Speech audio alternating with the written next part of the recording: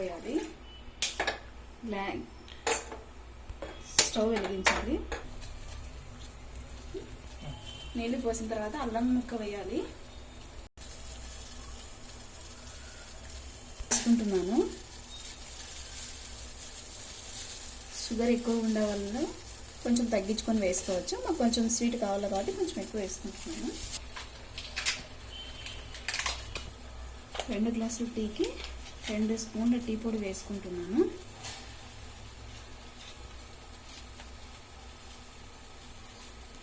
Tea బాగా ఇమిరి smell వచ్చేంత వరకు పెట్టాలి. అల్లం అంతా ఇరిగిపోవాలి.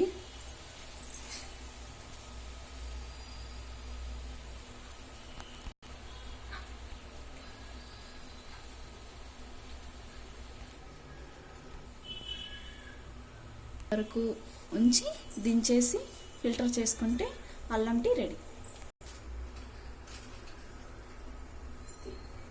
ఒకటి ఇలాచీ ముక్క వేసుకోవచ్చు స్మెల్ కోసము. ఫిల్టర్ చేసినాక మనం రెడీ చేసిన స్వచ్ఛమైన అల్లం బెల్లం టీ రెడీ. టేస్ట్ చూసి ఎలా ఉందో సబ్స్క్రైబ్ చేయడం మర్చిపోకండి. Thank you. వాచ్